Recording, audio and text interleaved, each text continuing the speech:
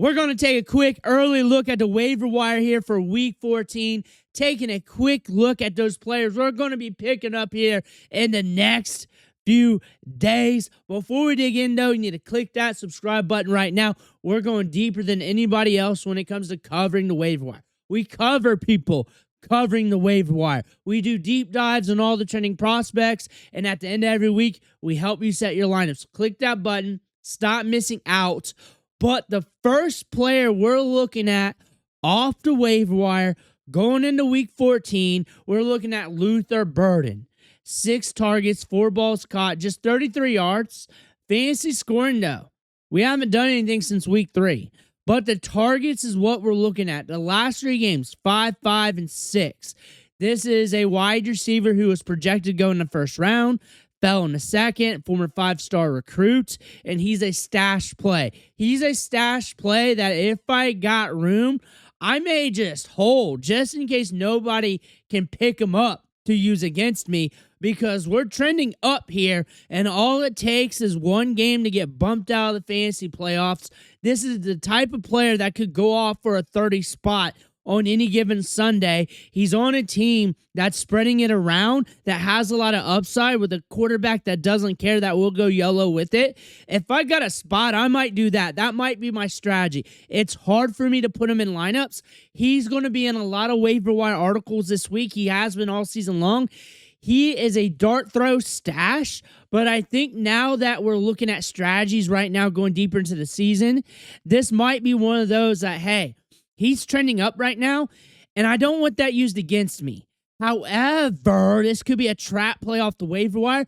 Packers on the road, then you got the Browns. Now you're midway through the fantasy playoffs. Luther Burden, though, is going to be talked up a lot this week. Xavier Scott. The Vikings are banged up right now at running back. They got banged up in this game. They may bring somebody else in. Xavier Scott might be getting some work here going into Week 14. He might be the prime pickup. We're watching the injury reports. This is fresh. This is something that could change within the next 24 hours. Looks like he might be the lead back going into Week 14, though, and possibly beyond. You also got Dallas there in Week 15 and the Giants. 2 softer defenses against the run, also fire game scripts, but it's the Vikings. They're rough at quarterback right now. J.J. McCarthy not looking so hot right now. Brosmer was not looking so hot right now. And you're looking at the running back position. You're looking at everybody on this team.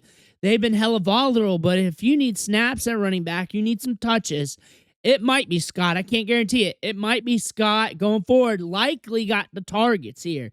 6 targets, 5 balls caught, 95 yards.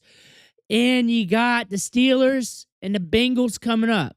There's a chance both tight ends for the Ravens go off and on over these next couple weeks, and that's something you may want to pay attention to, especially if you are streaming tight end and if you're in a deeper league or if you're hurt at tight end. If you're in the top half of your league at tight end, you're good to go. I don't know if I want to waste another roster spot on another flyer tight end, considering I could probably stash a running back or stash wide receiver or whatever for the back end of the season. But if you're playing matchups or if you're hurting, you're back third in the league at the tight end spot, likely might be a guy to look at here. I look at him as a gamble dart throw over the next 2 weeks. Dontayvion Wicks. I'm going to say this again. The Packers have the carousel effect. Any wide receiver on any given Sunday can blow up. The carousel effect means that they spread it around to 3 or more wide receivers. That's what this team does.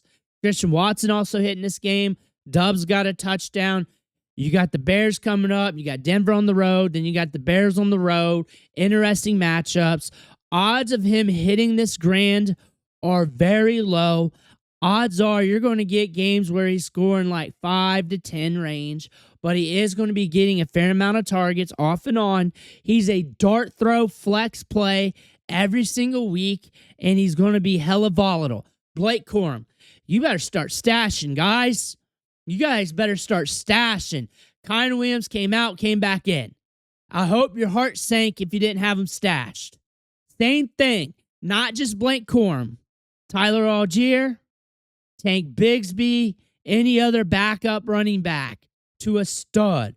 Brian Robinson to Christian McCaffrey, any of them. Any of them. You're looking at Travis Etienne and Basil Tootin, any of them.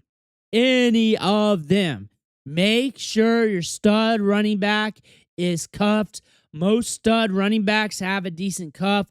Blake Corum will instantly turn into Kyron Williams if Kyron Williams is out for any length of time. And another thing, and I meant to say this in the beginning of the video, so if you stuck with me, you'll get this tidbit for this week. A lot of players came out and came back in. So there's so many of them compared to previous weeks that I would not be surprised if we catch injury reports middle of the week on a couple players and it's trending like they're not going to play or have a reduction of touches. Keep that in mind. Keep the fingers on the trigger when it comes to the waiver wire. Jalen Coker splashed. We've been waiting for this all season long. And this team's volatile. This team's off and on. I described this team, and I said it the other day. I think I said it on Saturday. And I had to apologize because I called them the legend killers. Because I can't compare them to Randy Orton, but they're going to knock off teams they shouldn't knock off. That was my huge prediction of the Panthers, which was weird. Like, they were going to knock off some teams, and they were going to come in scrappy in some of these games they shouldn't be. And I get it. It's not a prediction winning the Super Bowl or making the playoffs, but they got the Randy Orton out. They RKO'd. Jalen Coker, though. We've been waiting for this for some time. Everybody's going to flock to the waiver wire.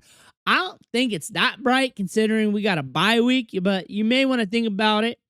Saints, Tampa Bay, you got those game scripts coming up that could be fire. But again, this team is Dr. Jekyll and Mr. Hyde. Chris Godwin might be back. Earlier in the season, though, he was getting targets and not doing anything with it. He was doing that. And remember, this is a good wide receiver, guys. People forget, man. But Chris Godwin, solid wide receiver here. Solid. And now we're back to getting targets. We're getting volume. And we're not firing in this offense like we were earlier. And this is going to be a breath of fresh air here. We got the Saints, we got the Falcons, Carolina, Miami. Interesting game scripts going forward. If you need a wide receiver, and if he's still on waivers, there's one. A.D. Mitchell finally did something with his targets. 12, though. It took double, but we did it. 102 and a touchdown. This is a good wide receiver prospect, though. This is a very good wide receiver prospect. He got drafted in the second round to the Colts and a very deep, talented wide receiver class last year. He got in the doghouse quick. He wasn't firing to his upside with the Colts, but per fantasy points, per the metrics, advanced stats that you got to peel back off the paywall, he creates separation at a good clip. Like, this is a supreme separator. You just got to put glue in his hands because his hands are made out of butter. That's the thing about him. His hands are made out of butter, but we brought in some balls today. Upside galore. He's going to be turning hard on the waiver wire and the waiver wire content for all the fantasy sites this week. John Metchie, another week where we got a lot of touches. But no touchdown. Before this, back-to-back weeks with touchdowns. We're getting volume, though. Metchie and A.D. Mitchell are the guys getting volume in the passing game right now. And I imagine, considering these matchups here, Dolphins, Jaguars, Saints, Patriots, more pass funnel. One of these guys are going to hit again. One of them are going to hit again. That's what we're going to see out of these two wide receivers. It's just going to randomly pop off. They are going to be money ball wide receivers.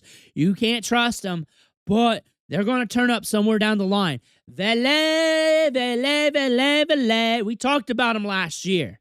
He was a pickup last year with the Broncos. He was a short target merchant. We don't trust Shuck. Shuck sucks. We know he does. The Saints suck. We know this. 7 targets last week, 8 this week. We're getting volume. We're running a lot of routes. We're getting that work here, and it's going to turn up the fantasy production. That's what we're going to see out of Vele. We're going to get some production here. It's going to be off and on, but you got Tampa Bay on the road. If you got a money ball at this point of the year, then this might be a money ball wide receiver. He's going to be random. He's going to be risky. I can't tell you to start him. It's just one of those plays you got to put your nuts on the table. Football's going to football. Football's going to football. I know you guys hate that. You want a capper. You want me to predict the future. But football's going to football. And if you're going to continue to get 7 to 8 targets a game, that means you're going to hit at least one more time this season. If that workload sticks and you're seeing that big of a snap share, 87, 89%, probably like 90% this one, that volume's going to stick. You're going to at least hit one more time this season, at least 12-plus PPR fantasy points in one of these next 3 to 4 games. Waller's back. I want to call that out. We've been saying, hey, watch out for Waller. Watch out for Waller. He's going to be back. Dolphins use him. They use him around the red zone. Jets on the road. I don't know if you want to trust that. Bengals, Steelers, Bucks. Bengals, Steelers, Bucks.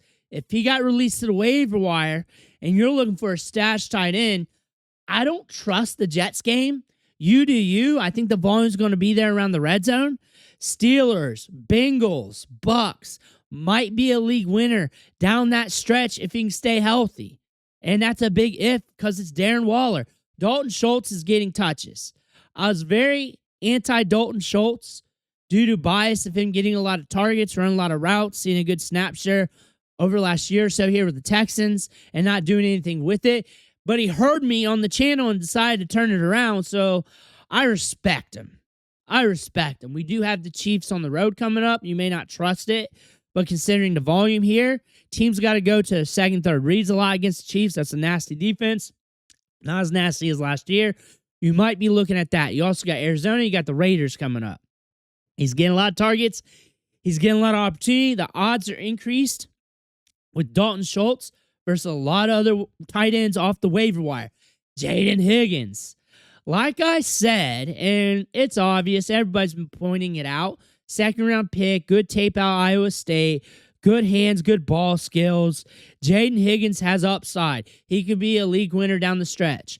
Now, against the Chiefs, going to be hard to start him, but I could see him randomly pulling something off, but you got the Cards. You got the Raiders, Chargers on the road, which could be past funnel. They shut down the run, a lot of games. Colts, if you got a Week 18 championship week, which might be a thing for some of you guys because I catch a lot of people watching content during that week.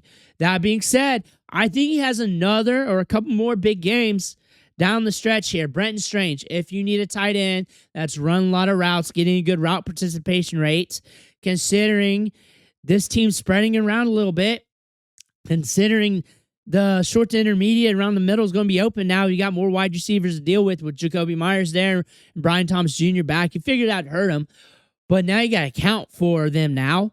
Colts, Jets, Broncos, you got some rough matchups. But if you need targets, you need snaps, you need routes, Brenton Strange. If I'm top half, top third of my league, don't look this way. Gunnar, Helm, same thing. Top half, top third of your league. If you're bottom 1 or 2 teams, which means you're probably not going to be watching this video, Gunnar, Helm, last 2 weeks, 14 targets. Prior to that, 5 targets. We're getting work. We got the Browns. The Browns are coming in. I don't know if you're going to trust that matchup. San Fran on the road. You see that game script from today? You see that? Then you got the Chiefs. I'm not recommending it, but just because I don't like it doesn't mean it's correct. He's getting volume. He's getting opportunity. Go with it if you want. Those are the players we're getting an early, quick look at rolling into Week 14. Let me know who you're looking to pick up down in the comment section below. I might have missed somebody if injuries are still rolling in or injury news that I missed.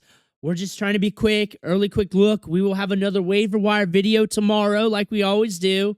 Tuesday again, Wednesday again, as we go deeper throughout the week because we never miss here. We only learn. I want to know what you think down below. Make sure you hit that subscribe button on the way out. One thing for watching. Catch you in the next video.